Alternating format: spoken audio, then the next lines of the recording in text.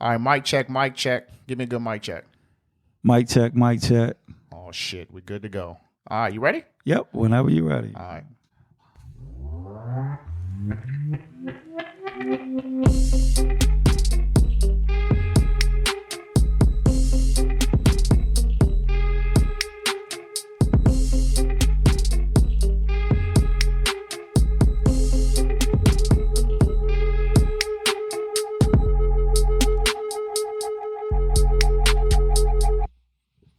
Captain's log. We back in the lab, back in the studio. Same shit, different day. Thomas Jones, what's happening?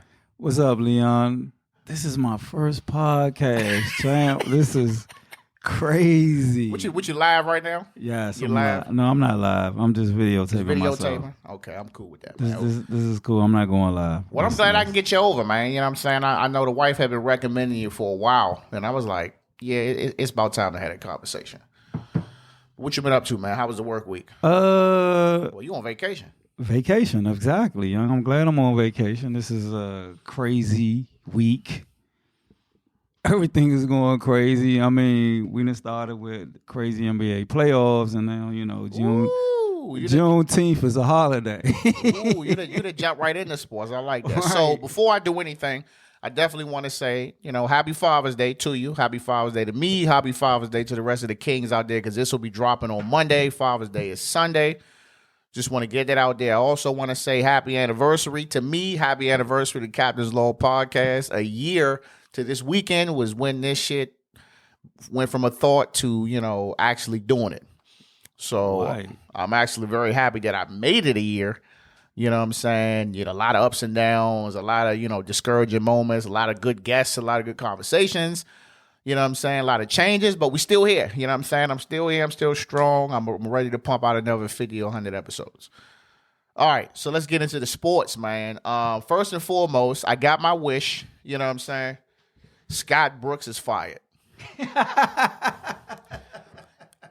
Hey, look, you peep game how they try to say, oh, we couldn't agree to a contract, right, so we had fired. Right. So who you think the next coach should be? I mean, I don't know, man. I followed this dude on Twitter, something Mayo. I think he specifically for the Will, he an analyst or something like that, and he said that this was actually probably the worst time for the Wizards to be looking for a head coach, because it's a bunch of teams, right, who need head coaches. Exactly. You got the Mavs, you got New Orleans. They let Van Gundy go, and you got like 3 or 4 other teams. Wow, I mean, so the Mavs, New Orleans. It's at least 4 teams. Hold on. Is what New Orleans is? What you going to sign back? Van Gundy? No. Oh, Zion. Yeah. They talking about he may leave. So that's not good. Let me tell you something. I would give up the house to get him, bro. Yeah, really. I would give up the house to get Zion. I give up my next 2 first-round draft I would give up the house to get Zion. If you can put him with what we got right now, like as long as we not losing nobody. Somebody gonna have to take a pay cut. Somebody had to go. We can pay 3 people. We would definitely lose one of them centers, maybe 2. Well, 2 of them got to go anyway. Okay. Preferably Alex Len. I would love to keep Robin Lopez, but if TB coming back, then you probably get rid of Lopez. Gaffer got to stay. Right. You know what I'm saying? But I would give up Denny. I would give up Denny because to me, I don't think he was worth the draft pick. The only people I would say we not trading for nothing is Bill, Russ, and Rui. Right, but you gotta have a coach where Bill agree to he'll stay. Yeah. You gotta have a coach that Bill agree that he'll stay. But Bill already said that he's a Wizard forever. That's what he was saying. Scoot the mic to the end of the table. Just pull it. There you go. Okay. So you don't gotta keep leaning.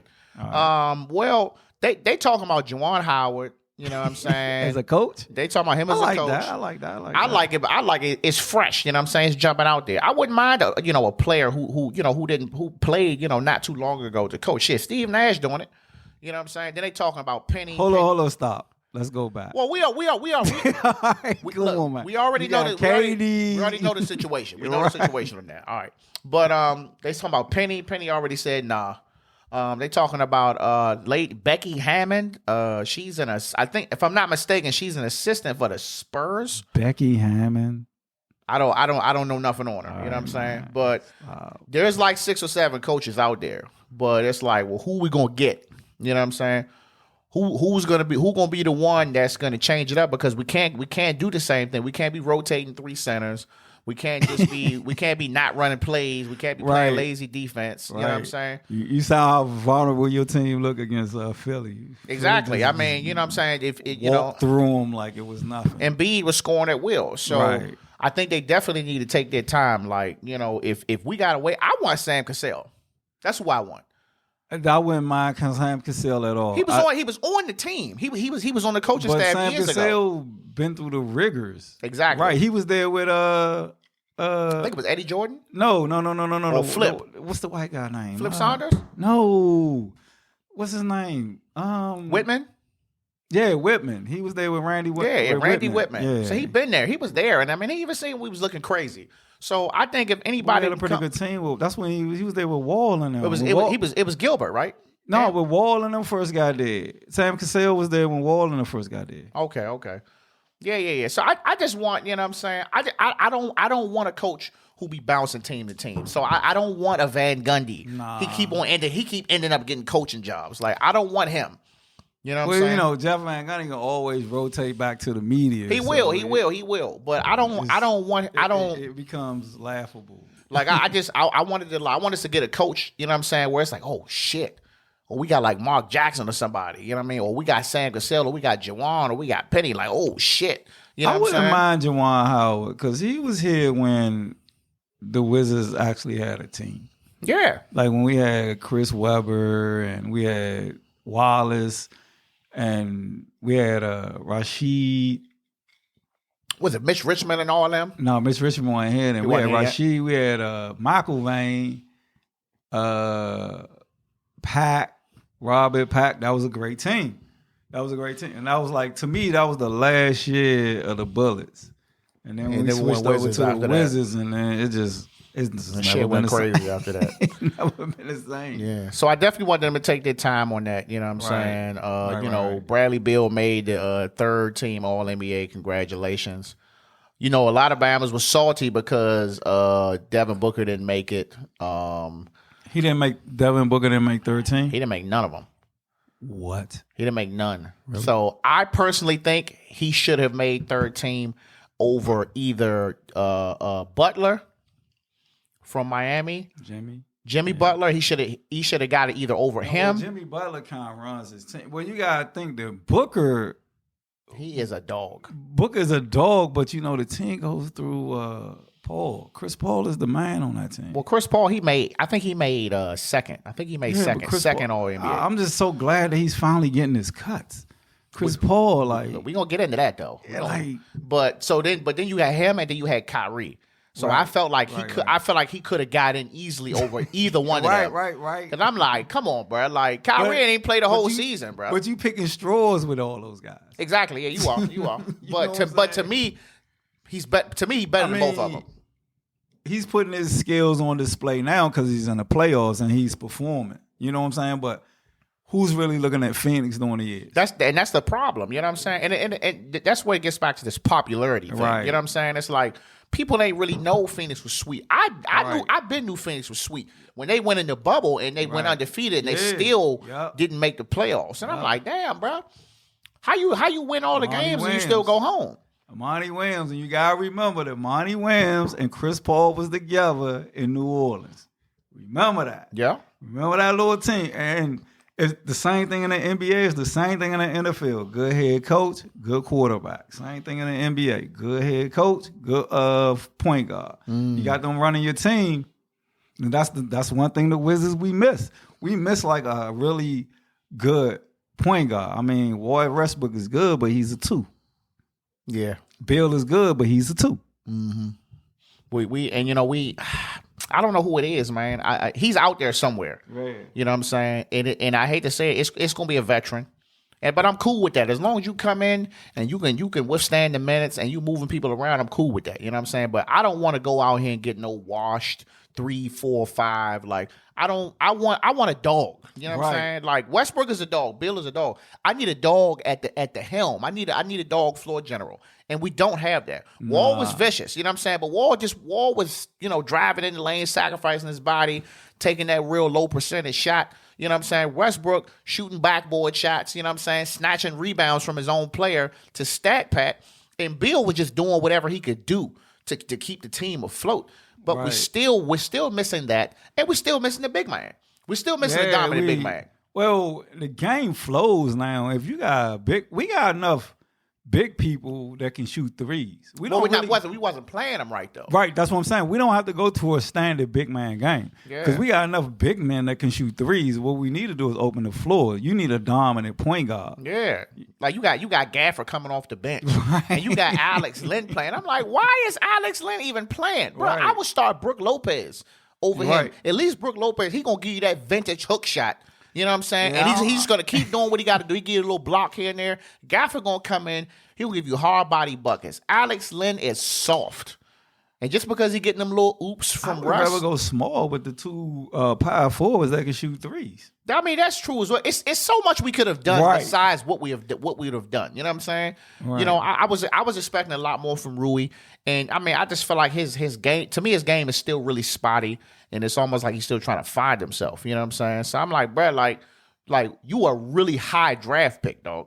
Right. And I have yet to see it. I was in my head, he's supposed to be giving me anywhere between, 18 to 25 points a game. You know what I'm saying? And I'm not getting that. You had one game where he had like 25 points or something like that. You had some games where he had like 2 or 3 points and in foul trouble. And a lot of these buzzer beaters and shit that we was getting hit on through the season was somebody he was supposed to be checking. They real lackadaisical on defense. Right. I guess that's why they get rid of the coach. Yeah, really and then he just be standing there with his arms crossed. Where is the fire? Only time he get upset is when one of the players get fouled real hard. We don't get it. Right.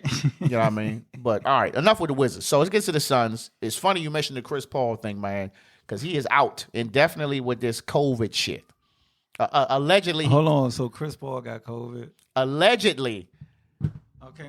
Oh, my God. You ain't know that? Nah, man. Allegedly, as of today, he is out indefinitely in COVID protocol. How can you be out indefinitely with protocol if the protocol is only like a week? I mean, that's just what they're saying. You know what I'm saying? Now, I thought it was at least 7 to 10 days. Right. It's about a week. So I'm just like, so this just came out of the blue. So now, hold on, a PGA player just had to drop out because of the COVID. It's kind of crazy. Everybody's saying that he cursed. They like, if you ain't getting hurt, now you got this. Chris Paul gotta be cursed. He's the only. Think about it. Go back to that Houston series when he got hurt. Yeah.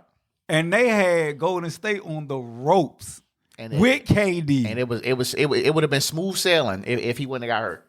And they lost it right after that. Come on, man. They keep doing this to my man Chris Paul. I don't want to say it, but he got the Coca-Cola. Yeah, so he getting mixed reviews, you know what I'm saying? Because they stand apparently he was an I don't know if don't quote me, he's an anti-vaxxer. What that means when you're anti-vaxxer? You don't believe in the vaccine. Well, I mean, it's experimental, so exactly. Which is that's his right, you know what I'm saying? But now they saying, well, if you got the vaccine, you wouldn't have got sick. I'm like, can you really say that? You know what I'm saying? Right. I mean, because people that got the vaccine, we know get sick. Exactly. Still, I mean, Fauci still can said that you can still catch the virus, so that doesn't. This is crazy, man. It is, and because it's like, bro, the world wants to see Phoenix in the finals, bro.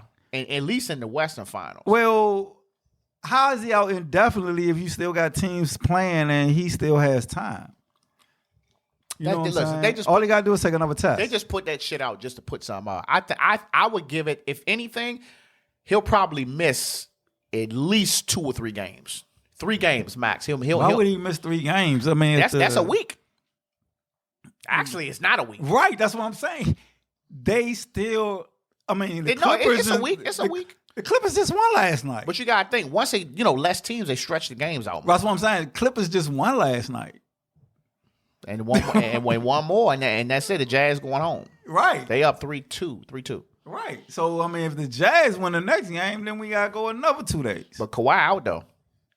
I mean, ACL like injury. I said, if the Jazz win.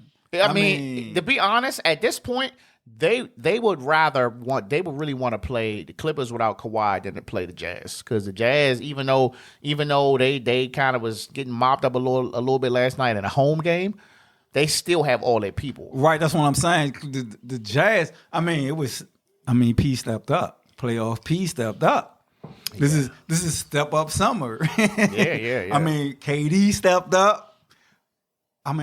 I guess the whole Atlanta team stepped up, because I guess Philadelphia. I like Atlanta, man. I do. Philadelphia fell asleep. I didn't realize Philly fell asleep. I didn't realize Trae Young was such a shit talker. But yeah, they was up.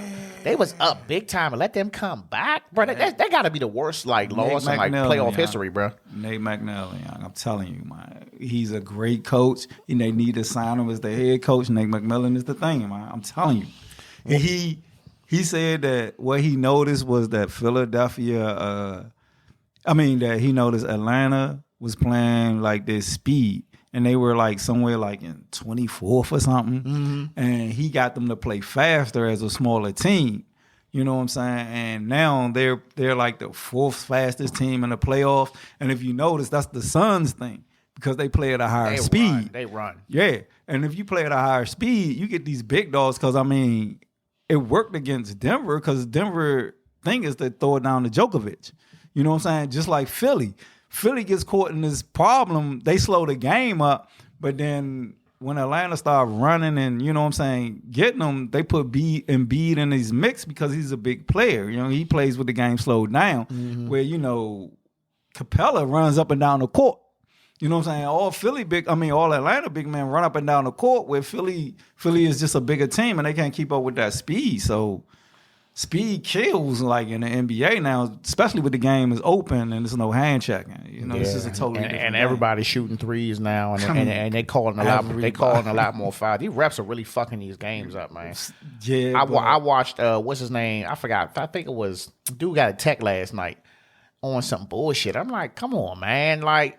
And that's what one of the Greg Anthony, man, and now he's like the refs are just a bit too edgy for me right now. Yeah. Like, you know what I'm saying, for these calls. But I will say, man, I think if the Nuggets had Jamal Murray, be a totally different game. If that would have been, I think they would have, if not damn near swept straight to the finals. He was a huge impact to the team. If the Nuggets have Jamal Murray, I don't know, because I've never seen a series where Chris Paul was totally healthy. He wasn't even. Well, they would at least been. They would have been in the finals. He wasn't even totally West healthy finals, West finals. The Lakers series. You know what I'm saying? That's how the Lakers was winning the first couple of games. But Chris Paul totally healthy. Yeah, I would love to see that with Jamal Murray. That series would be crazy. Right, that is serious. I wouldn't even give a shit about the finals. Like that Western Finals would be the finals to me. Hold on, though. But what if Damian Lillard go to the Lakers? Is that crazy? I don't think he will, dog. Like you know why I respect him so much, man, because he continuously says, like, I can't do the ring chase stat patent team thing. Right. Constantly says that. But I'm like, you got to go somewhere. Crazy, right? Young? You can drop 50 at any night. So I'm just like, my thing is, okay, if you don't go to a team like the Lakers, who already has all the pieces, they just need you. Where do you go? Because the Blazers aren't a bad team. Nope. It's just not working for you. So it's like, Right. where do you go? What team do you go to that's a similar setup, and they just need you, but you're still the star player? Where do you go? Right. Well. You go to New York. Say if he went to the Lakers, he's not really. He's going to be on a platform. He with LeBron, but he won't be on a platform. LeBron is not who LeBron was. You know what I'm saying? He not. But he's still a big name, and Right. and he's still breaking records. So it's always going to be looked at as any player who is an all-star and up status that goes to LeBron is going to be looked at as, oh, you just went there to get a ring. So if he doesn't want to do that, I say he go to New York. I got you with New York, but They young.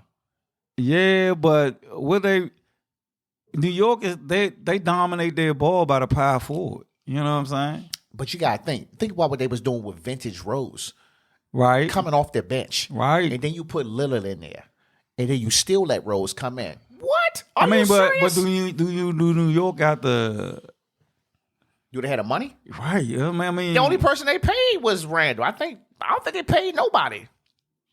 I think they got the. If I'm not mistaken, New York has the most money to pay anybody right now. Okay. I mean, I would like to see him at L.A. I just think his game fit L.A.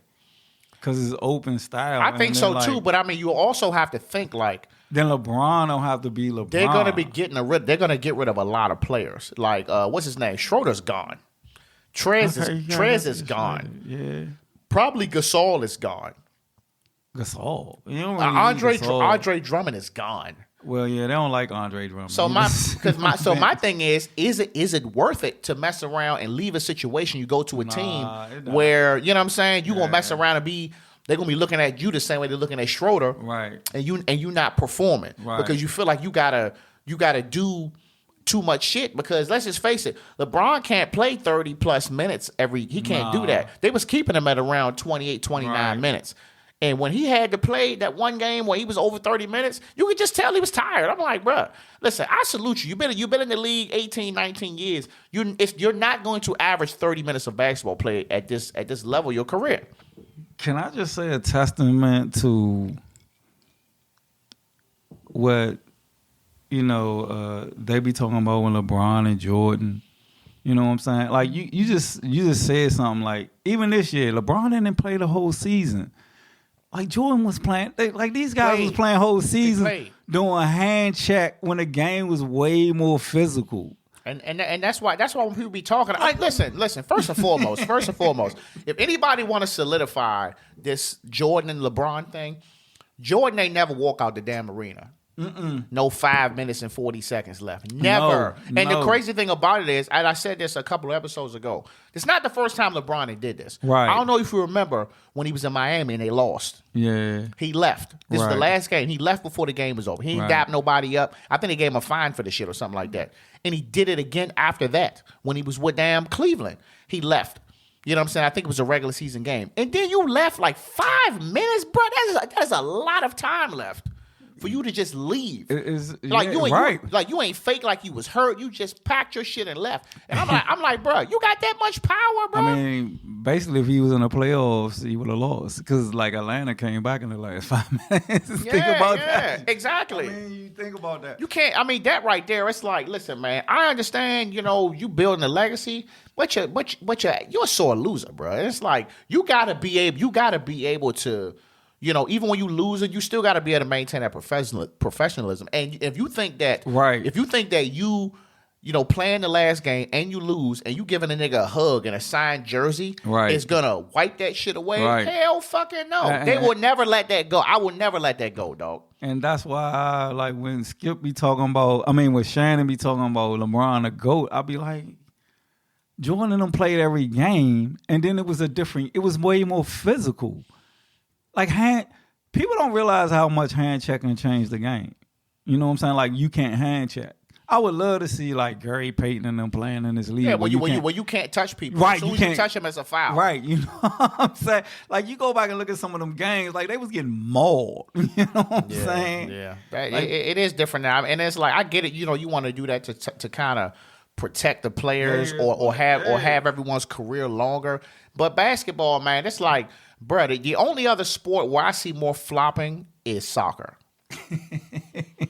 Bro, let me tell you something. NBA is the floppingest shit I ever seen in my life. Right. Oh, my God. Right, somebody got technical over a flop the other night. I forgot who the player was. He got technical over. I was like, oh, my God. And Reggie Miller was like, "Oh, that was terrible. That was just an act." But that's what the game has come to. You gotta call that shit out, man. Yeah, you gotta call it. It really jeopardizes. It just jeopardizes the integrity of the game. But you gotta make the game safe, though. But like, it jeopardizes the integrity of the game, bro. Fuck all that. You gotta make it safe. All right, man. Anything else on the sports, man? Or we're gonna move on to some local shit. No, man. I'm pretty much done. NBA is exciting. I love it. I do love some basketball. Yeah, man. Right now, I'm so glad that I mean, how much love was it to see like the garden with people in it? You know what I'm saying? Yelling, even though like the little racist stuff seemed to go. Well, and so I want to get into that. I love that. That's that. I'm glad you said that. So I want to get into some local shit, right? Now, usually when I do local, that's just around here, DC, Right. Maryland, Virginia. Right. So we back open, Yeah. and as I thought to myself, we going right back to the same bullshit we was doing. You know what I'm saying? A lot of goofy shit, a lot of violence, a lot of Right. crime. Right. Like you got the shit that happened in Nellies Bar. Right. The lady got dragged down the steps, and then she had actually spoke on it. And apparently, she didn't even have nothing to do with what was going on with the shit. Was she from here? Yeah, she was local. Because I'd never been to the bar. well, you wouldn't have unless you were LGBT. Yeah. But like, it's funny because I think back in like 2007, 2009, like black women made that bar kind of popular. You know what I'm saying? On Sunday because it used to have a drag. It was the brunch spot. Yeah, it was the brunch spot, and they made that joint kind of popular. But the funny thing I asked, was she from here? Because my wife follows the people, like she follows, I guess, that on Instagram, and she was looking at some of the tweets and the responses, and they were saying that Nellies is known to be racist. I seen against that too. black people. I seen So that too. in my mind, I'm like, so if y'all known this to be a racist bar, then why don't black people just stop going here and go to another bar? I mean, or even this is a great opportunity for someone from the black LGBT community to start another bar. The thing I got with black people is that we think that, like, sometimes the black LGBT community think that they're separate from black people, but they fall in and see some of the same racism. If you ever watch a little show called Posh, like sometimes I watch little episodes and my wife explains certain things to me, and I watch one of the trans people get kind of pushed out of a white bar, a gay bar, you know what I'm saying? And she was like, yeah, white gay people are sometimes racist against black gay people. And I was like, well, I would have never known that, because you would think. Yeah, you would think they're from the same. Yeah, you would think they're from the same, like they all, yeah, but that only applies when it's political or seen in the media. When it's on the grassroots, it's like totally different. Coming from her. Like, I don't really care, really. I mean, that's crazy. One thing about it, but that's, I mean, like right now they talking about throwing a protest in front of Nellies Bar. Nellies, yeah, they did it, and they saying it's closed for them. I'm like, why you throw a protest in front of Nellies Bar? Like, your plan should be to start your own thing, so you don't have to even come back and deal with this type of thing. And that's what we as black people, we need to learn. Like, we need to start building our own and having our own communities where we can have our own, where we can feel free to be ourselves in our own establishments. Yeah. And then, so I was just kind of following it, you know what I'm saying? Then, like, I guess a couple of nights later, another situation with somebody get fighting and down the steps, but now it looked like it's all white people. So I'm like, bro, what the fuck is going on? So now they talking about they trying to get the joint shut down. Now, I don't know how long that joint has been there, but I know that Nellies is 14 years. Yeah, so I know that's been a pretty big name bar. Yeah. On U Street for a long time. Yeah. But, yeah, man, and this is just other shit I was just following. And this is all in the U Street area. You had 13-year-old kid walking around with a machete targeting LGBT on U Street. You know what I'm saying? You had somebody going, between U Street, Georgia Avenue, you know what I'm saying, out on the top of the sunroof of the car shooting. You know what I'm saying? I don't know if that was LGBT related, but I'm like, God damn, we just opened back up and y'all just on the dumb shit. You know what I'm saying? And that was kind of my thing I was worried about when I was like, man, I feel like we opening shit just a tad bit too quick. Nope. It's typical DC. And I also think it's typical DC too. I mean, every time it get warm, we get crazy in DC. I mean, that's any metropolitan city. We get crazy. People start doing crazy stuff. I mean, you got people that's just dealing with a lot of PTSD, man. Absolutely. I mean, like, I'll sit there and watch the video on Neighbor Next Door where, like, some little kids, some dudes on a scooter rolled past. The guy was delivering the ladies, like, groceries, and then they rolled back and stole a car. He tried to go over there and get it, and it's typical DC. The little girl that got, they stole a guy's car and they got Right there, it is. She tried to get everybody to put they held her at gunpoint or something. Right. Like that. Up in the northeast somewhere. Right. Yeah, this is all this shit. And it was crazy. This was all in like one weekend, dog. Right. That's what I'm saying. It's typical DC, but when you got people that's not from here and they moving here, they looking at it like it's something new and it becomes big. You know what I'm saying? I'd be like, wow, this is crazy. I mean, like the girl in the bar getting dragged out by her hair. I mean, I done seen that plenty of times in clubs in DC. You know what I'm saying? I mean, Nellies ain't the first one. I mean, I done seen this plenty of times in DC where the bouncers then went too far. But I mean, I guess because this is LGBT, it's gonna get blown up. And it was a black woman, you know what I'm saying? But you go to some of these clubs, you see some of these guys, man, they just get jacked up and you be like, what happened? You know what I'm saying? It'd be like over nothing, you know what I'm saying? Yeah. Or he trying to get his money back from his drink, you know what I'm saying, that he paid for, and he gets a little irate, and then now they done jacked him up and they done sent them out, you know what I'm saying? So these type of things happen in DC. My thing is when whether you LGBT or black or whatever, we as black people, especially in America, we should have our own establishments where we're not depending on these other establishments so we don't get mistreated. Like you got mistreated at this Nellies Bar, y'all gonna throw a boycott, but once Nelly come out and say like, oh, okay, we sorry, we don't condone this. Yeah. You gonna go right back into the bar that y'all done said that was like treating y'all bad for years. That's all I'm saying. You know what I'm saying? Like I can't go to some place that was treating us bad for years. Like even in my neighborhood, I don't support any of those local restaurants or stores because they buzz you in. You talking through a big glass, and then you go downtown where the white folks at, and they don't treat them like that. You know what I'm saying? So we have to have some standards when it comes to the black community. I mean, if you're gonna boycott, then go all the way. Like, get your own bar. I wish, man. I really wish we could do that. And I also wish, if we want to get into the black business, I wish we can get past like the bad customer service. Right, I wish we could get past that, because to be honest, that's the reason why I'm throwing myself and everybody listening that's black in this. This is why we don't support more, because the stereotype now, well, I'm gonna call it a stereotype, but some of this shit is true, that we give bad customer service. You know what I'm saying? And it's like, I just speak on clothes. You know what I'm saying? Like I love local wear. You know what I'm saying?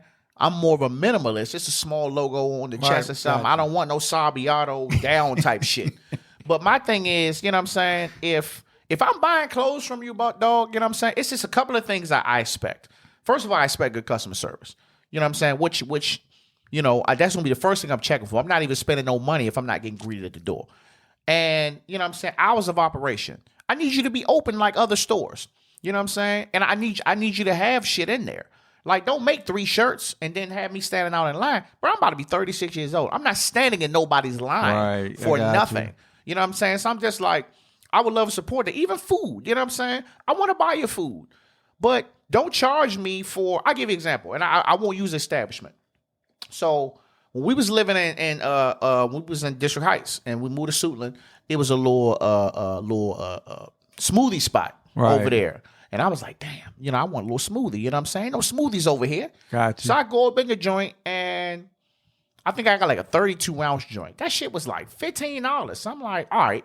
So I bought it. I wasn't paying attention. But then I just happened to be downtown, and I went to Smoothie King. Got the same joint, same situation. It was $6. So I'm like, okay. So I understand, Smoothie King is a franchise, all that other shit. But I also understand that I'm paying a whole fucking almost $10 more for this shit. So I'm like, come on, bro. Like, you know what I'm saying? Like, you got to bend a little bit for me. You know what I'm saying? And then it's just like, oh, well, we got to support each other, so I got to pay you more money. No, that's not what that means, bro. Just because we the same skin color doesn't mean I have to inconvenience myself and pay you more money when I can get the same shit. That's just that's anything. That's contracting. Yeah. That's anything. If I want something done to my house, or I want my fucking grass cut or something because I'm too old to do it, I'm not paying you more money because you black. Right. The Migos will do it for the Migo price. Exactly.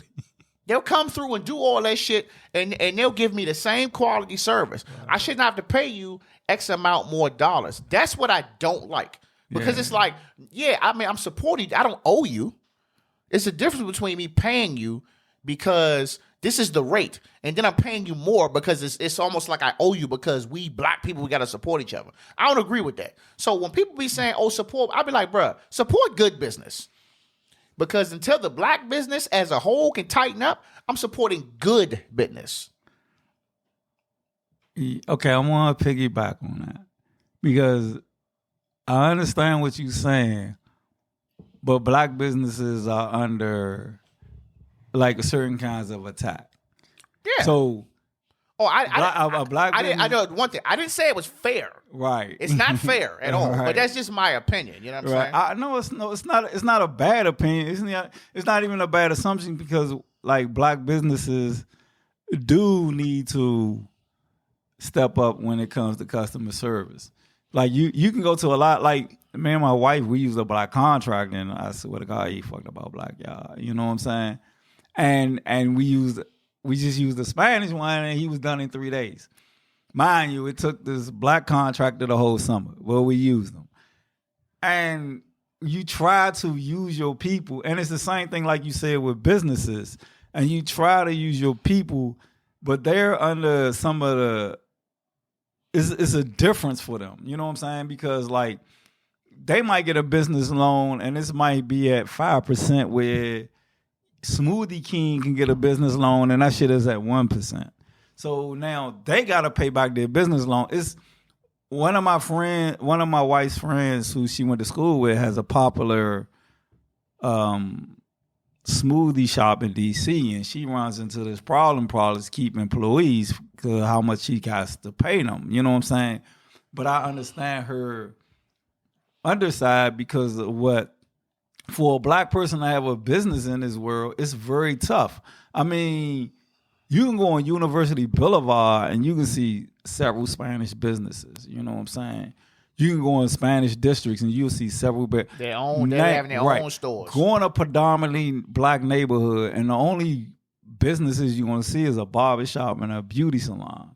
You ain't going to see no other business in a predominantly black neighborhood. The gas station it's gonna be Middle Eastern. Yeah. The carry out's gonna be Asian. But if you go into a predominantly Asian neighborhood, you see majority predominantly Asian businesses. But also, like, do you ever see like is there a black person who says, "Hey, I got a carry out"? I only know one. No. I only know one that I would consider a carry out.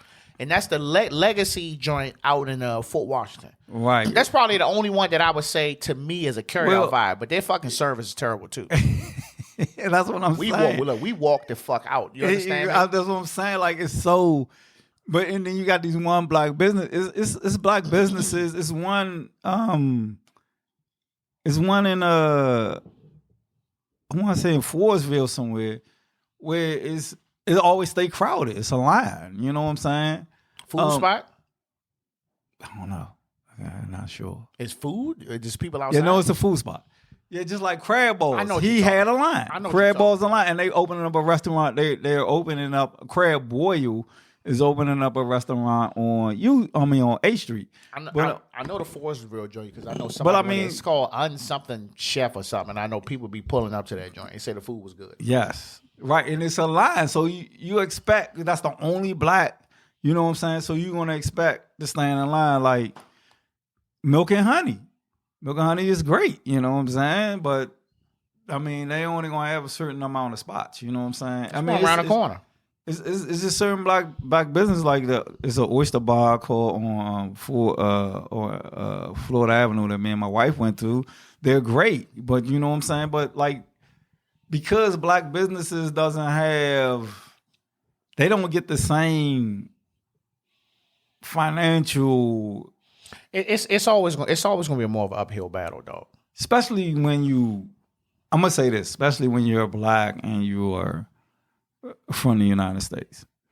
when you're black and you've been here, like it's always harder for you. It's like you'll see several Jamaican restaurants and stuff like that, and they'll be flourishing. But when you're black and from here, I don't know what it is. It's just hard for you to make it. Like I've been following people because I've been wanting to open a business, and like me and my wife, and then when I talked to some of my friends, and we wanted to open a business, and I was following all these black business owners, and you got black people who's opening up beauty shops, and they were saying how the Asians mess with their paperwork.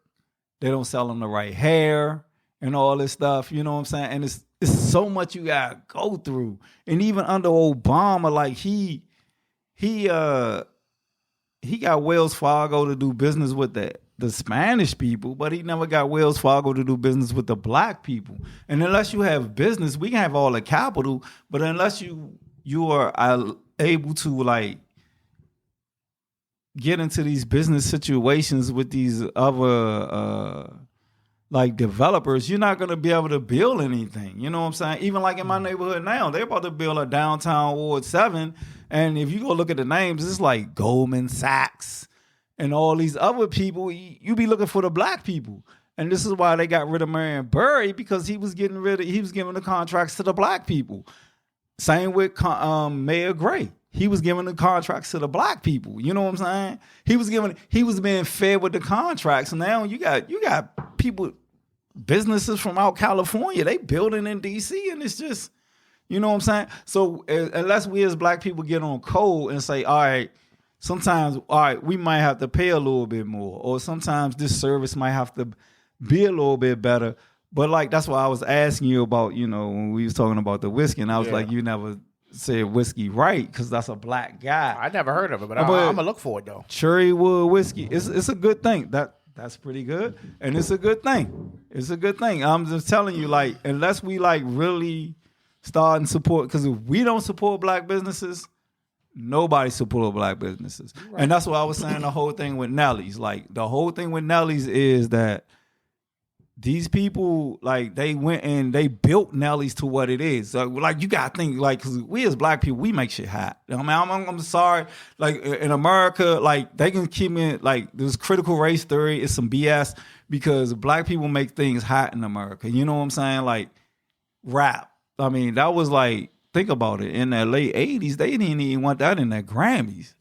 Rap kind of ruled the Grammys now. Look at it now. Like, rap is the most listened to fucking shit in the world now. I mean, well, like, when you go on like Twitter and all that stuff, when you go on like, especially TikTok, I be like, God, it's amazing how our culture has changed TikTok. You know what I'm saying? You know, I told the wife that. I said, because you know how TikTok works. Like when it's a viral song.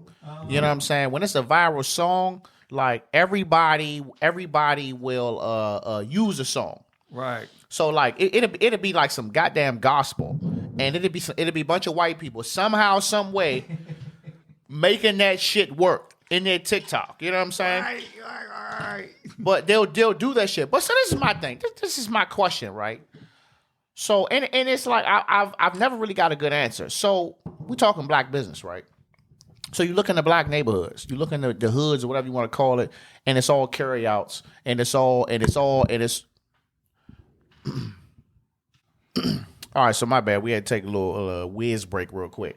So I'll get back to it. So my question for the black business, right? So you look in the black neighborhoods, right? And what do you got? You got a cleaners. You got a carryout. You got a liquor store. You got a barbershop. Hold on. Stop. Is the cleaners black? Because no. I'm just naming what's there. I'm just naming what's there. All right. So you already know the ingredients. You know what I'm saying? You got a cleaners. You got a carryout. You got a liquor store. You got a barbershop. You got a gas station. So why don't we go and get a cleaners? Why don't we go get a gas station? Why don't we do that? Why do we always want to do detailing, or we want to do food, or we want to, like, why don't we do what's in the neighborhood so you're in the neighborhood? See, so, okay, I grew up in a city that had that. The cleaners was a black people. My mom worked at one. The corner store was a black person. You know what I'm saying? And all those things meticulously went away. Now, I don't know if it was like projected to be that way, but they went away. You know what I'm saying? And you saw seeing more Asian people. Like I grew up on 20 from Rosedale. I mean, we started going to Wings and More Wings. It was the highs across the street. The corner store was called Sarge. It was a black guy. You know what I'm saying? That's where everybody went. And then one time, like, I just remember the day when Sarge said he was going out of business. And we were just like, why? But you got to understand that these black people not able to get capital to run a business like I've ran one. It's very tough. I'm not telling you no lie. It's very tough. I had a curry out and a clothing store. It is very tough to keep people, and you gotta constantly because some months you're just not gonna make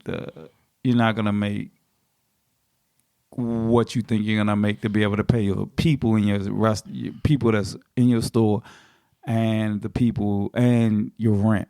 You know what I'm saying? And you gotta resupply the store. Sometimes that doesn't make out, but you have to, in those times you have to borrow money, and if you're not able to borrow money, it puts your business at a very high risk, especially if you're running it yourself. Like me, I was running my business myself. I wasn't running it through anybody else. Yeah. And most black people, the average black business only got like 1 or 2 employees. You know what I'm saying? You ain't running an Amazon, even though the black people should been here since the beginning of the United States. You know what I'm saying? Only like a million of us came over on the boat. Don't ever let them tell you that, go back to Africa, because a lot of black people, if you trace your lineage, you've been here since the inception of the United States.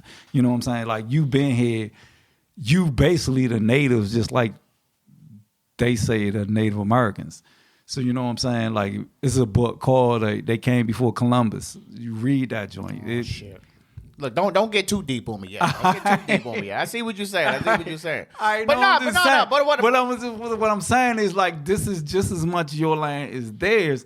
And like, things have been put up against you and you don't even know it when it's called like establishing businesses. Like I said, I remember when 8th Street was full of black businesses. I remember. They went away. I was little. Like, this is the 70s. I remember even as, I just remember from the time where, I was like 18, 21. Four dudes. And I was going down there and I was like, damn, like U Street was the spot we was at. And it's like now they just started building the more white establishments coming more and more up the street. That's with gentrification. But what I'm saying is, it's like, if we know what's in our neighborhoods, it's like, why don't we try? So this is my thing. So let's just say I'm well off. Right. Let's say I'm well off and I want to start a business. Right. You know what I'm saying? This is a business where I don't necessarily have to be there every day, but it's enough to call it black owned. Right. I would go to the hood and I would buy a gas station. Right. Or I would buy a 7-Eleven. Right.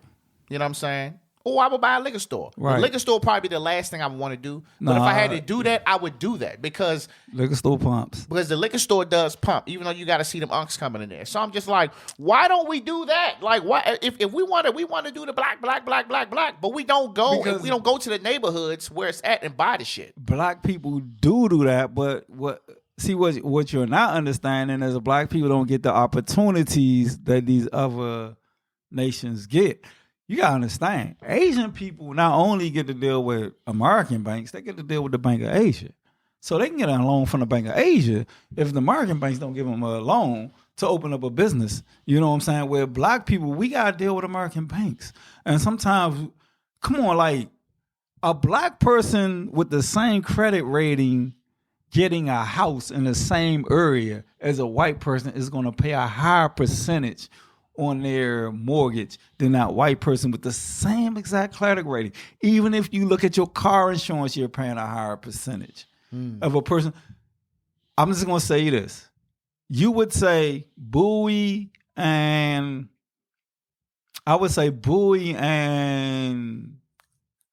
Clinton has the same exact probably household income. Wouldn't you say that, Brandy Wine? Like, I thought it was cheaper out there. No, I'm saying cheaper housing, but I'm talking about household income. Shit, I don't know. I know you gotta be. I know a lot of people live out here making some money. Right.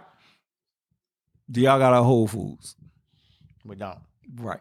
We got Harris Teeter. Do y'all think that y'all household income is comparable to College Park? No. You think College Park makes more? They got a Whole Foods, don't they? They got everything. Look, they got everything on Route 1. But okay, all right, you said that, right? But I never thought, where's the other Wegmans? Do you know where the other Wegmans is? The other Wegmans? Yeah.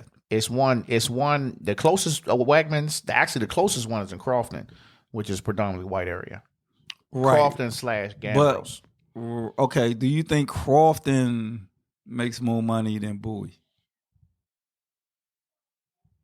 You think that the medium income in Crofton is way more than Bowie? I think it's equivalent, if not higher, because a lot of people who live in these areas, they commute. Okay, so what about Largo? Because there's a Wegman sitting in Largo, and it pumps. And it's it's a Costco right beside. That's true. But I just feel like Largo Woodmore is like Whitmore is expensive. I feel like Woodmore is like the seed we planted to say this is where we begin to take shit over. What you know what I'm saying? What I'm gonna tell you, the other Wegmans is at Loudoun County. We only got 2 Wegmans. It ain't no Wegmans in Montgomery County. You gotta no. They about to build a Wegmans on Georgia Avenue up there where I think the old Walmart and shit. Yeah, no, where the Georgia Avenue where the hospital was at. Are you serious? You ain't know that? I didn't know. I used to live I bought a house in Woodbridge, and when I used to go to Wegmans, I used to go to this store in Wegmans. It was in Loudoun County. It was far from me, and I used to go to it, and I'd be like, "Wow, it's a Wegmans in Loudoun County." When I first met Brittany, I used to take her to this Wegmans, and then we got one over there in Whitmore.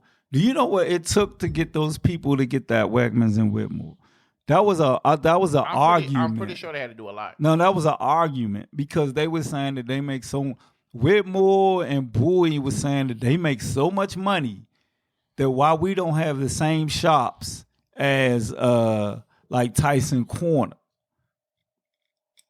And they was like, because PG County is one of the richest counties, black counties in the country, right?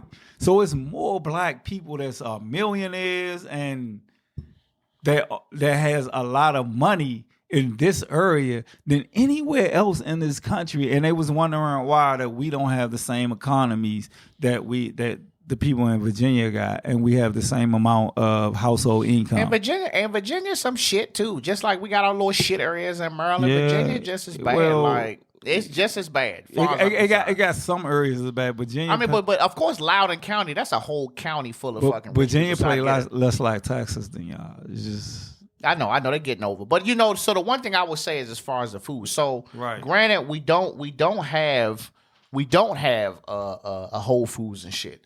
But coming from Suitland to here, it's a lot more fucking places to get food. Right. When I was in Suitland, it was either 2 places. No, it was 3 places you can go. Well, 4. We'll say 4.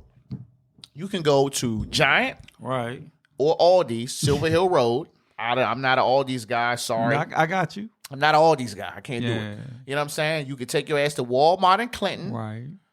Or I got 5. You can go to the Safeway in Marlow Heights, right. You know what I'm saying? If you've been over there, you know the struggles. Or you can drive on down the road to Wegmans. But then when you come out here, you know what I'm saying? Let's just say I'm kind of in Fairwood area. Yeah, right. So I can go to Lanham and go to Giant. I can go down to Bowie and go to Giant. Right. I can go to Fairwood and go to Safeway. Right. I can go to Bowie Town Center and go to Safeway. Right. I can go to Greenbelt and go to Lidl. Right. I can go down 450 and go to Lidl. I can go down 450 and go to Harris Teeter. Right. I can go to what's that, 301 and go to BJ's. Like, it's so much more shit just in reach, right. Where it's like out in the area where it's the predominantly median income. Everybody just squeezing in one fucking store, and you wonder why everybody's so upset. Right. I mean, but that's my area. Like you say, it's so many predominantly in one medium income. Like I said, like I live in Ward 7, and you go over to 8th Street, and it's like 4 grocery stores within a block. You have a Whole Foods, a Giant, and right next to each other. You got Harris Teeter, and then you got a Trader Joe's. So like that's 4. Like you can walk literally to all these stores in one block. Whereas in my areas east of the river is 3 grocery stores. It's Giant. I just don't understand. I'm just like, but then you wonder why so much crime. You wonder why people are so angry. You don't have. It's nothing. It's first of all, there's nothing for us to do. Poverty. You know what I'm saying? Like we went to Anacostia Park about the week after y'all went. And that was really the first time I had been there since I was a child. And I had just realized like how much like people were enjoying themselves. Right. And I'm looking at this joint. I'm looking at fucking water dripping in. I'm just like, are you kidding me? Right. And it's free. You're talking about this free shit and you can't just redo this real quick. Right. No. That pavilion, the skating rink pavilion on Anacostia Park is like really legit. It's like you got a lot of black people, even with the little bike group you got me into. Like you got people that's rediscovering this stuff. You know what I'm saying? Like I always say, like, you know, when I grew up, like in DC, it was Murray in DC. It was all black, and we didn't know what we had. Like DC is great. You know what I'm saying? Like this area, even like PG County, it's a lot of shit. It's great, like especially for us black people, and that's why like I hate that like some of us like we don't really understand what's going on, and we fall in traps where we want to shoot and kill, and some people feel like and do dumb shit. You feel like you tied down to the street that you live on, bro. It's like you got a whole city, right? You got a whole state. Even I look at what you do, you know what I'm saying? Like you go out and race your motorcycle and shit. I remember when I was young, I be telling my wife when I was young, like we was really into these little like import cars and shit. And I had like a little Jetta with a turbo, and we used to go up in Pennsylvania and race. It's still a thing. Right. That's what I'm saying. We used to go up in Pennsylvania and race. I was like, it's so much more to do just be a little idiot on the street. You know what I'm saying? All right, so y'all had a little bit of money though. But you definitely got to be handling your business. Yeah, it's money out here. You say that you got to have a little bit of money, but I watch people like raise money from just delivering pizzas. Yeah, no. I mean, whatever you got, whatever your responsibilities are, right. you have extra money. You just got to have a little bit That's of money. That's what I'm saying. And like when you in perpetual poverty, you don't understand these nuances of life. You know what I'm saying? Like I don't teach my kids to be like into this. Like this culture that you have to do what everybody else say you gotta do. Like, no, you can kind of be yourself and like find your own widget. Like if skateboard your thing, you do that. If biking your thing, do that. I kind of like the biker boys. I like the biker scene in DC. I like when the little dudes kind of take control of the city and they be like riding their little 4-wheelers all over the city, and the city get mad and shit. I be like, well, they kind of doing something constructive. They not like really tearing up shit. Yeah, I mean, they just expressing themselves. Yeah, I like that though. You know what I'm saying? I think that's part of the culture. Like you can't really like subdue people. It's just like the LGBTQ like community. You like subdue them. And then now they got a voice, and now everything becomes LGBT. You know what I'm saying? Like when they should just be a natural part of the community. You know what I'm saying? Like we all have these community things. As long as you're not attacking the kids, the little babies, you know what I'm saying? I'm good with it. You know what I'm saying? When they start attacking the little babies, I'll be like, oh, that's a problem. Like, come on, man. Let them kids grow up and be their own people. Yeah, it's just a lot of anger, man. Yeah. But I mean, I do believe what you're saying when you're saying, you know, the PTSD, you know what I'm saying? You know, being in the house. A lot of people don't know, like, and it's like, you know, I have legit PTSD, you know what I'm saying? I have legit, like, diagnosed, you know, military shit. But it's like, I look at my son, you know what I'm saying? I look at him. And I look at my daughter, even look at my wife, even look at myself, you know, being in the house, you know, for a year. Right. You know what I'm saying? Being fortunate to be in a house for a year. Some people had to go to work through this whole shit. You know what I'm saying? Salute to all the good folks that had to do what they had to do, you know, to provide for their family. But then you look at that, you know, you look at what it is, you know, anywhere. And I'm not just talking about picking up weight. I'm talking about like your mannerisms. I'm talking about your attitude is off. You know what I'm saying? Like you really irritable. You don't want to do shit. And then it's like when shit open back up, you know what I'm saying? You don't know what to do. You're like, Right. well, damn. You lost You're like, damn. You're like, I'm outside. I can take this off. I can take the mask off. You know, in July in Maryland, mask is done everywhere except like maybe a hospital or something. They done. And in some places, like we was in the Giant yesterday, motherfuckers weren't wearing masks. I'm like, I just poured it below my nose. Like, I'm just gonna start here. You know right. But I mean, when you think about shit like that, man, and it's like, you know, that shit don't go away overnight, dog. And it's like for some people, it will never go away. Nah. You know I mean, what I mean? like they permanently scorch us with this, but you say it would never go away, but we as Americans, like, we'll get over that shit. Well, I will say this. It'll be just different categories. Like for me, you know what I'm saying? When I had my early PTSD, it was anger. You know what I'm saying? I used to get fried. I used to be angry. I used to feel like the world owed me everything. I'd be like, I got out and I got the bullshit job. Like, damn, it's supposed to be laid out on. It's supposed to be a full serving for me to do whatever I want. And then I went to eating. You know what I'm saying? Right. And then, and then it's just, just anxiety. You know what I mean? All that shit. You know what I mean? So it's like I look at my son. We game. This is a gaming house. So I'm a gamer. I'm a gamer. He a gamer. I fully support it to a certain extent, but we do the same thing. We yelling and shit, screaming and all that. I'm just cursing and he ain't. You know what I'm saying? But he on the brink. I'm just waiting for him to slip so I can bust his ass. But I'm like, should you? No. I should. I mean, at that time, it'll be that time to have a conversation. Right. For the most part, man, I try to talk to my son. I try to talk to him like he a man. You know what I'm saying? And I just think, at the end of the day, I think he knows that, it's not going to be the same as your sister. You 10, she's 5, she's a girl, you a boy. I hold you to a higher standard. Simple as that. I'm grooming you into something. You know what I'm saying? Right. So as far as that, I just want to kind of get into the parenting, man. With your kids are young. One thing I like about A+ though, he reads. He does. And that's your son. Like, Aiden reads, and you start calling him A+. I always called him A+.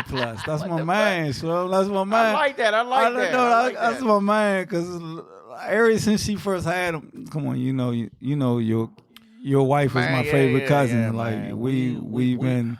We really, man. We really right. She is fucking great. Yeah, that's my favorite cousin. So she looks at me like a big brother. She never had one, so she looks. And ever since she had him, I call him A+.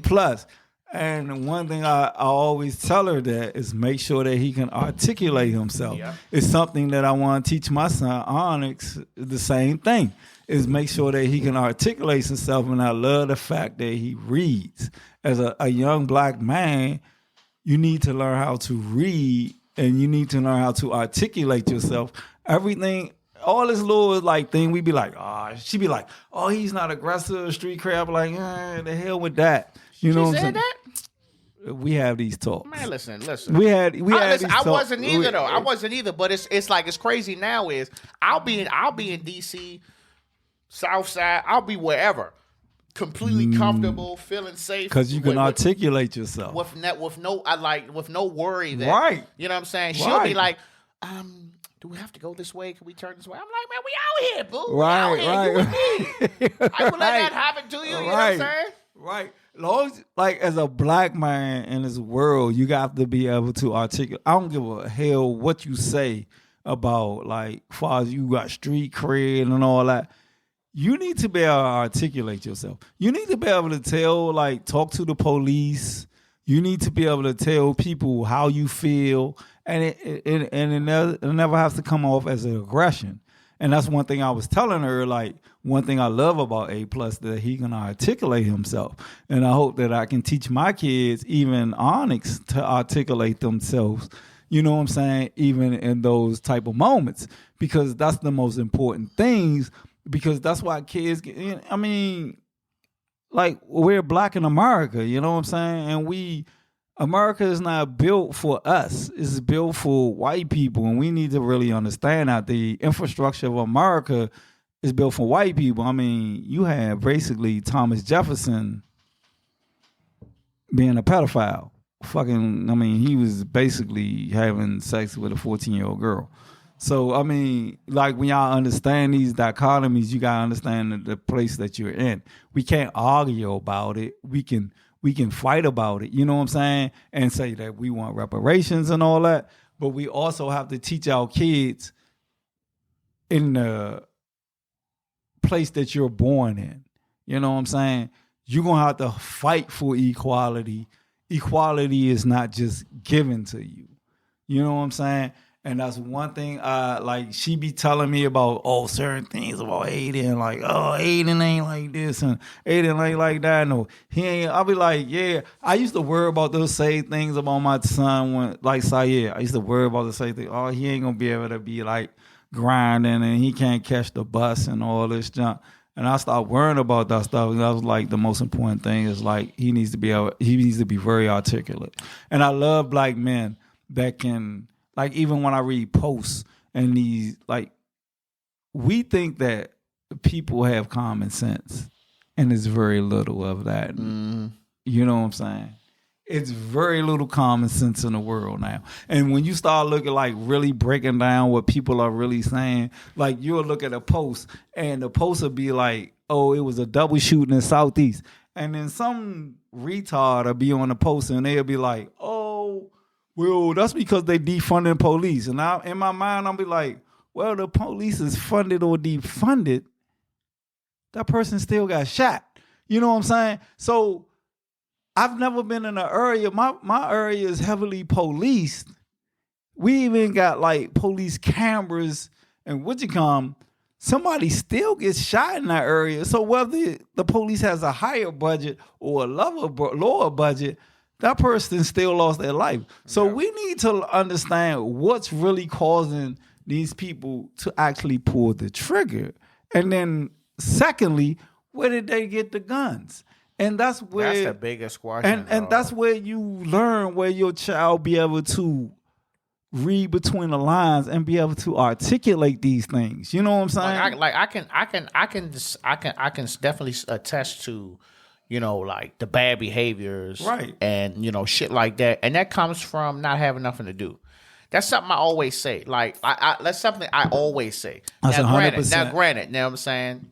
I was born in D.C., you know what I'm saying? I lived in, you know, I'm a Montgomery County boy. I lived in a place where whenever in doubt, there was always something to do. Even if I was out there, I was the poor kid out there in a nice area. But when you look in D.C., it's like, what the fuck is there really to do for the young black man or the young black lady from age 9 to 10 to an adult? What is there to do?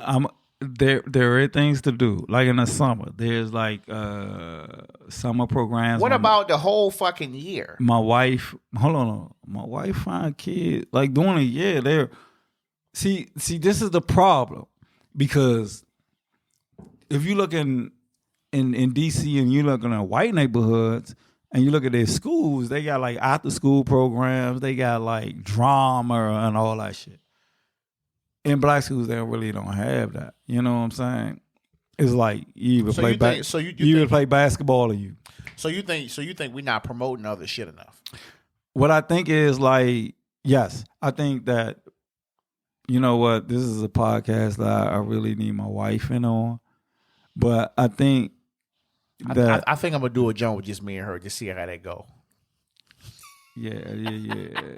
I'm gonna be in on it. I thought you was gonna bring her. I'm gonna be in on it. I'm gonna be in on it because she has a lot of information about what she thinks, like kids should do in these. Your wife always got conversation with me when I pick Holly. All right, yeah. She's highly educated. Always got some. But what she deals with the youth on a one-on-one level because she's a teacher. Yeah. You know what I'm saying? So, like the programs, like I said, I grew up in Murray in D.C. It was a totally different city. We had programs. You know what I'm saying? We had, like, there's one thing I like. Like, I just read an article about, like, this little D.C. summer band, and they was just playing out in the neighborhood. But we used to have these police bands in our school, and it was called a side-by-side band. And, I mean, and it gave you a different perspective of the police. Like, Officer Friendly would come to talk to us in the 6th and 7th grade. You know what I'm saying? I don't see them now. Like, I got a different perspective of the police. You know what I'm saying? But back then, when I was little, you would go to the police for help. You know what I'm saying? But you know why it's not like that now? Why? Social media. Well, it's not just social media. Yes, it is, dog. Listen. You got a lot of police that... How often... Listen, I'm going to cut you off. How often I'm just gonna use DC police. Right. I give you a perfect example. They had the girl who had got killed. Right. Young lady got killed. Shit was sad. And the dude, he had like walked to Philadelphia or some shit, and in support. And it took them a while to find the shooter because it was a bunch of them. It's like 3 or 4 of them. And we had one of the police officers. They had made a video of them like dancing and shit. Bro, hold on. They was dancing because the person got shot. No. They wasn't dancing because they got shot. They were just expressing themselves like, we police officers, we can have fun too. Right. We regular people. They was dragging them in the comments like, oh, y'all out here fucking dancing. You need to find the people. Bruh, whenever you talk about the DC police and all this, all they do is post like when they out here or niggas taunting them and shit. Oh, y'all some bitches, da da da. Like I know a couple of good men that's DC police, man. And they deal with a lot of bullshit, bro. And I know them niggas personally. They cool niggas. They regular niggas. Dreads, tattoos, clean cut. Like it don't matter. But it's I'm not saying the social media will always like how often I'm saying there's always it's like this when it comes to like the good posts about police and the bad. It's always the police fuck. Especially now, this whole police in the black community shit is really sensitive. You know what I'm saying? Basically, and And that's my point is that people want to say stuff about the police in a black community when they don't live in a black community. You know what I'm saying? Because my thing is that, like I say, my neighborhood is heavily police, but you would still have crime. And you be like, so in my neighborhood heavily police, why I still have crime? And then you got these people talking about, oh, well, somebody got shot. And it's because y'all saying defund the police. Nigga, I got a little box with a camera that's like a vela in my neighborhood. And then not only that, I got like the little sound shit, that's going off. Now, you saying that your friends that's a legit police. I know my cousin is a police in D.C. It's kind of funny. And her husband is a detective. And it's funny. And still, like, there are little certain things that goes in the police force that, like, crime gets allowed. You know what I'm saying? I can't speak on it, but sometimes they let people out of these places. Like they about to build a 300-unit halfway center in my ward. Right. You know what I'm saying? So how much crime is that going to increase? You know what I'm saying? Because you got to understand, police got to maintain their jobs. I'm in a union with the post. You know what I'm saying? And like people maintain their jobs. When you start understanding union stuff, like every crime that goes on, they're gonna use some of that crime as the like, oh, we need to increase our pay. You know what I'm saying? And regardless of what the people is, all I want is the truth. You know what I'm saying? When I'm living in these communities, because I refuse to move from my community and I refuse to sell my house. But when you live in these communities, all I want is the truth. You know what I'm saying? Like, I want to know, like, what really happened in this crime right here with this person. You know what I'm saying? I don't want the politics. You know what I'm saying? But that's what you get a lot from these police forces. And then you got some police people that really want to do the job. You know what I'm saying? And I'm not mad at these people. I feel comfortable when I talk to a black policeman. I don't feel upset. I'll be honest with you. You know what I'm saying? I've never been in front of a black policeman, whether I've been pulled over by one or anything, where they've like treated me unfairly. But I've been with ones that doesn't look like me, and they have treated me kind of, I would say, like you can feel the tension. You know what I'm saying? I ain't gonna say they treated me unfairly or they did, but you can just feel the tension. You know what I'm saying? You can be like, this person. And some of them I can say they treated me unfairly. Like I had one go off on me and shit. You know what I'm saying? I was just like, damn, bro. You know what I'm saying? I'm just chilling. I only had one bad experience with, two. I've only had two bad experiences with the police. And I will say one, I guess I could say both was my fault, but I don't think the actions were justified. So Right. when I was 16, I had just got my learner's permit. I always wanted to drive. That was always like, my mom, we used to drive all the time. She used to be in the city all the time. She used to be over there by like Kenilworth, Paradise and all that. And I used to always watch her drive. Hold on, time out. When you were young, you was out of town, right? You was out of town. What you mean? You from Oak County. Yeah. Hey, you was young. But we was always in DC though. When you was driving, you was out of town. No, I was in Wheaton when I got pulled over. Right, yeah. I was in Four Corners. No, I'm telling you, you was out of. Yeah. Well, okay, I was. I mean, it's over now. No, I'm not. What I was saying is, when you was driving, you was out of. You wasn't a city guy driving. No. Right, I was a new driver. You know what I'm saying? Yeah, that's what I'm saying. You was driving from Wheaton. Yeah. So I wasn't. We was in the car, and my mother's boyfriend. He always had a bucket. Always had a Crown Vic, a Caprice, a Cadillac, a Lincoln, an old Lexus. I'm like, God damn, nigga, you can't just get a Corolla or some shit. He always wanted the big car. So we was in I think we was in a box Crown Vic. Right. And he let me drive. You know what I'm saying? I was like, I got my learners, but he ain't had no license. And I knew this, but he, you know what I'm saying? I think he was really trying to win my heart and mind. So he's like, all right. So I drove, and I think I did something wrong. You know what I'm saying? And we had pulled up. Police pulled us over. I turned in there, and I mean, they ran up on us fast, dog. I mean, he had no tint on the window. It was cold outside. Right. And, I told him, I said, I got my learners. That nigga told me to shut up. Right. You know what I'm saying? And then it come time, they call backup in. So they telling us to get out the car. You know what I'm saying? But they telling, mother's boyfriend, like, don't get fucked up and all this. He is like sitting here. He ain't saying nothing. I'm like, damn. So I'm out the car. I'm like, officer, he not even saying. I was like, you know what? I'm not gonna say shit. You know what I mean? Because they were looking at me all crazy. But I was like, But even then, I didn't have no fear for myself. I was more so worried about him because I knew my mother was gonna chew his ass up for letting me drive. You know what I'm saying? And then the time when Lila was with me, this is when I had the gold Crown Vic. And I had the windows smacked out.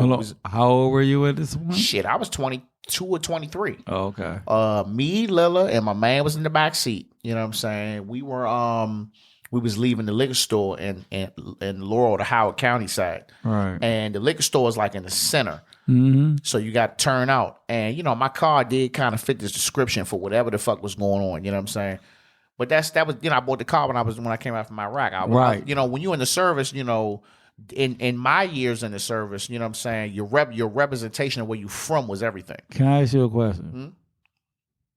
So my cousin met you after you got out of the military? 3 days after. God damn. Well, okay, we continue. Yeah, 3 days. 2007. Got you. So the police officer saw me. I was sitting waiting to turn out on the street, and he stopped in the middle of the street and put his hand out, told me to go. And I told my man in the back seat, I said, look, whatever you got on you better do something. I was like, I ain't going to jail for nobody. Right. So as soon as I pulled out, they put the lights on. Ooh. So in my head, I'm like, how can you pull me over? Right. For what are you pulling me over for? I mean, I guess you can get me for the tent, but I'm like, that's what you know what I'm saying? I'm talking about when I said he hopped out the car and ran to the car. Is it your car? Beating on the window, like riding the window down. You know what I'm saying? Right. So anything they was looking for was already gone. You know what I'm saying? He knew y'all was safe. Did he? So well, if he jumped out his car, he ran to your car, beat on the window like that, he knew y'all was safe. Because police will approach you as like... You're right. He'd approach you like it was some suspicious shit. Right, yeah. So literally... He knew y'all was safe off the break. So within the next 5 minutes, there's already like four or five more cars and PG County K9. Oh, he probably must have known he had backup already on the work. They had to. Yeah. So he got me out the car. So they said, talking this tough shit and all this. And he's like, yeah... this car, we have a reason to believe there's drugs in the car.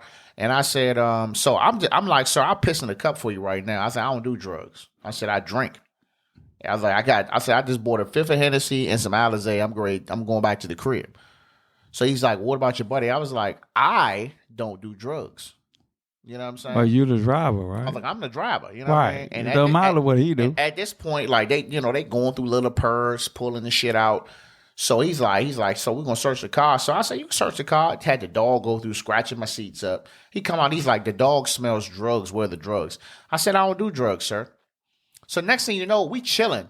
Right. And they searching the shit out my man.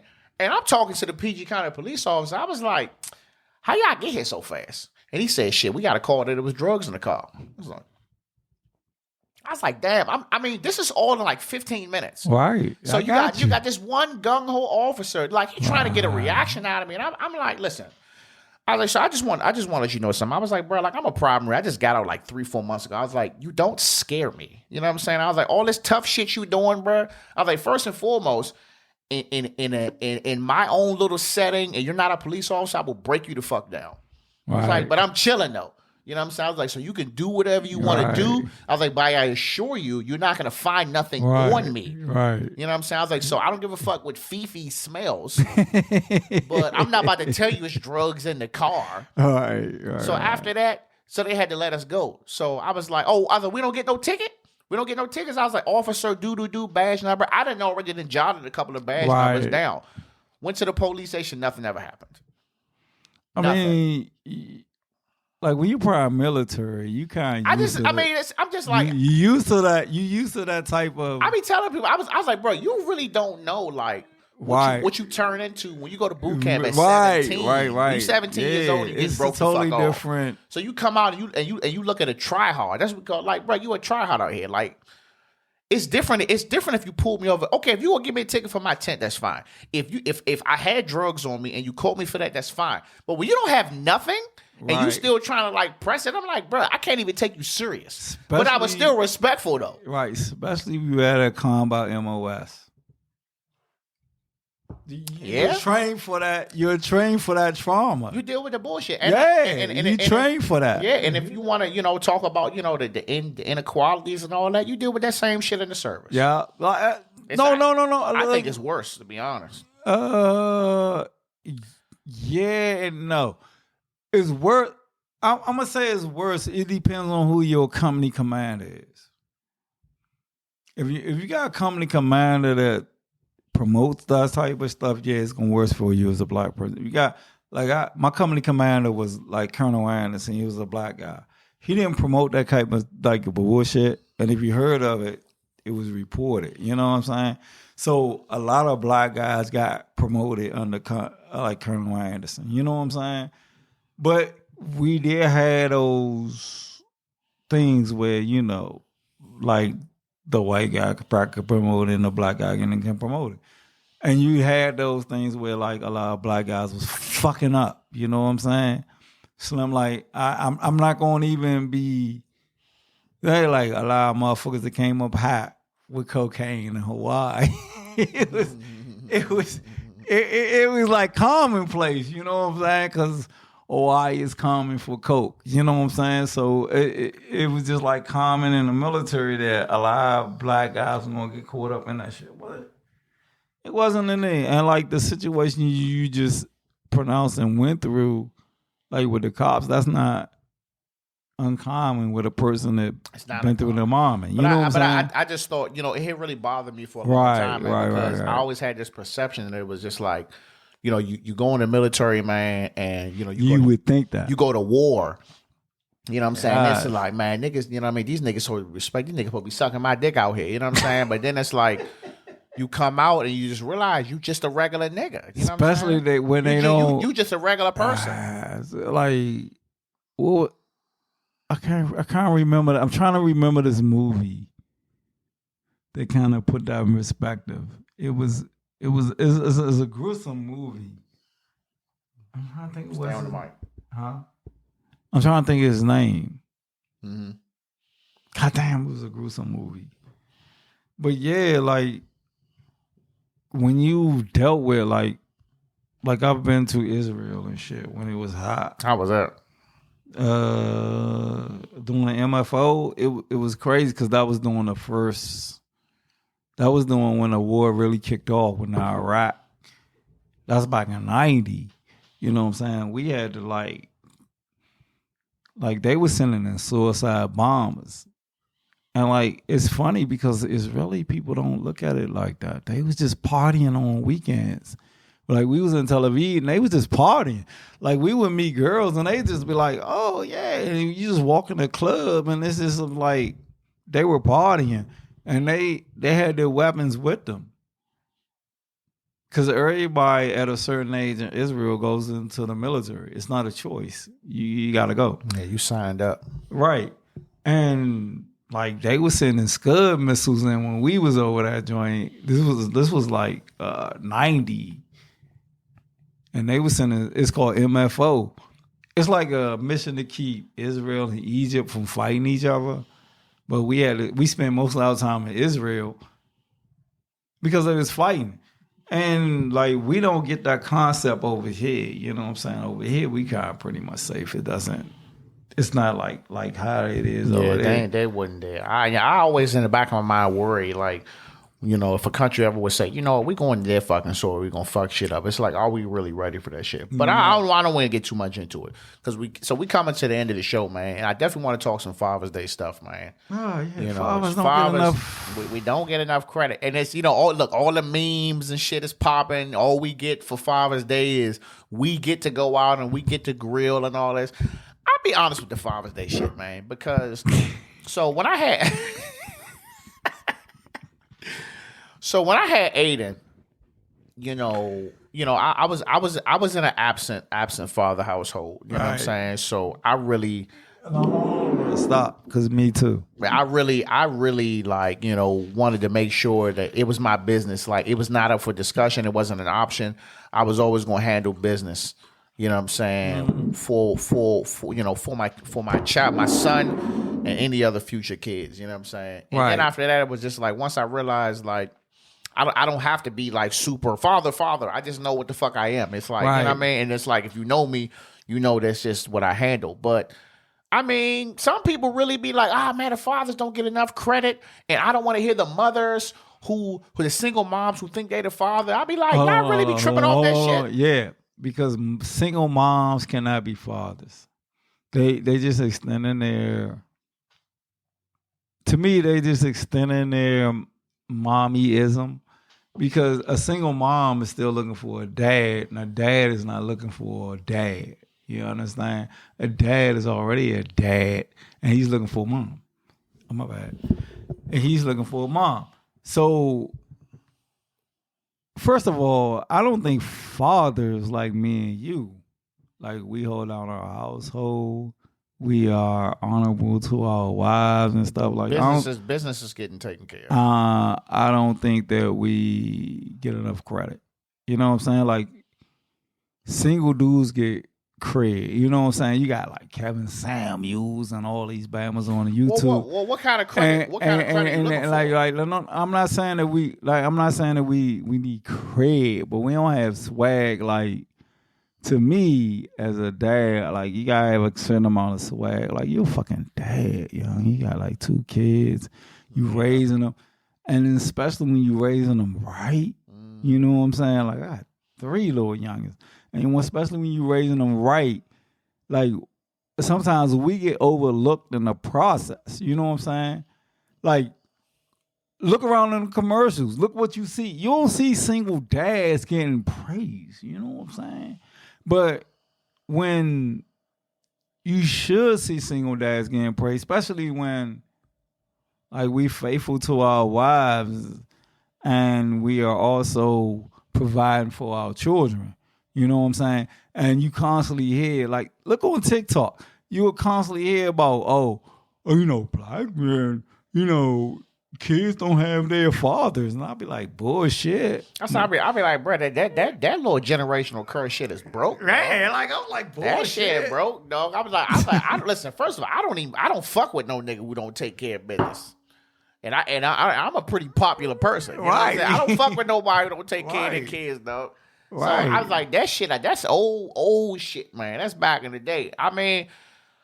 And I just also think that just go back to social media, man. It's all about what people see. Right. Like, if you see this guy, you know what I'm saying? He always posting pictures with his kids, To me, it's already a red flag for me.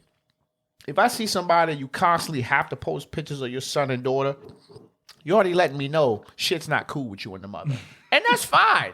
That's fine. You know what I'm saying? If you got to take that shot here and there, y'all taking shots, that's fine. But like I used to post pictures all the time of my kids, and I still post them here and there, but I don't have to do that shit. Nah, you know what I'm saying? Because at this point, I'm certified to myself that I'm handling that business. Now, do I feel like, am I loved and respected as a father? Hell, motherfucking yeah. And do my wife need to go out and do all this wild shit for me? No, she don't. Nah. Because she'll be like, well, what you want? And all this. I'm like, I tell her every time, like, you ain't got to do all that. You know what I'm saying? I don't mind going out and firing up the grill and cooking for myself. Right. You know what I'm saying? And having my father over and her father. Yeah. I don't mind doing that shit because at the end of the day, it's just a social event for me. Right. It's just a time for me to sit back with other extraordinary gentlemen, and we can talk about life and what we can do to continue to keep on being great. You know what I'm saying? It's not like when it's Mother's Day, shit. They want to be wined and dined. But they women know. Basically, you know what I'm saying? Yeah, they want to be taken out and all this. Right. You ain't got to take me nowhere. I don't listen, I ain't got to leave the house Sunday. As long as I'm fed, I'm good. I'm fed, you know what I'm saying? My cup is poured. I'm good out here. That's good enough for me. Like, don't go listen. Women. Everybody. Women out here. Don't go the extra mile if your significant other don't want it. If he not asking you to go extra mile, you ain't got to do it. Hold on. Women go extra mile. If your significant other. All right. Go the extra mile. Make a videotape. Just ask. All right. If that dude, I was about to say nigga, if that dude is holding down the fort, like my man Leon over here, like I do, my wife know. Yeah, you go extra mile for him. Because there's a lot of women out here without a man. And they'll take your man if he's going the extra mile. So women, you go the extra mile when it's Father's Day. I don't want to hear that. Don't buy your man no socks. He needs more. If he's the man and he's the father of your child, yeah, he needs more. I do agree on the socks, though. We got plenty of socks. Right. Okay, so let's go into gifts. Right. I do like a little gift. You know what I'm saying? I don't want no goddamn socks. I don't want no A shirts. I don't want no drawers. I'm good out here. You can go and give me a little pair of shoes. You know what I'm saying? If you want to give me some jewelry, I don't want no cologne. Right. You know what I'm saying? Food don't count. Hey, what is his hobby? Buy something towards his hobby. Exactly. You want to give me a little power tool or something? You want to give me a little drill? You want to give me a little impact drill? You know what I'm saying? I'm cool with that. That's actually thoughtful. That means you paying attention. That's daddy. But don't take the easy way out. I don't want no fucking gift card. Matter of fact, I'm buying that. I'm gonna create some daddy gear. It's called Daddy. I'm good. I'm with it. Right. Send it to me in an XL. Like, us daddies need credibility compared to all y'all single niggas. Like, because we putting it down. We decided to marry the woman, and we had kids by the woman. So we should, all y'all women that married y'all men, yeah, they need something extra. It shouldn't be no regular shit. It should be something extra. I'm serious. I mean, that's how it should be. Because think about it. When society looks at your child and they be like, well, where was his father? You know what I'm saying? But when the father's here, then what we get? A tie, pair of socks. Oh, yeah, honey.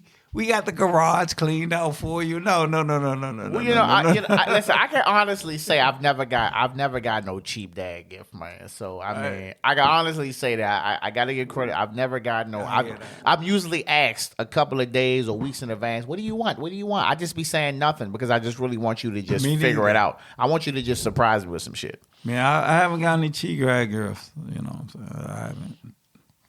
Well, that's good, man. So look, you got anything you want to add, man? I'm gonna go into my TikTok of the week, man. We're gonna close this shit out. No, I don't have anything I want to add, but no, I don't have anything I want to add. This is a great conversation with you, Leon. I'm glad you came through, man. I really am, man. I look up to you, man. I gotta get my wisdom where I can get it. I do.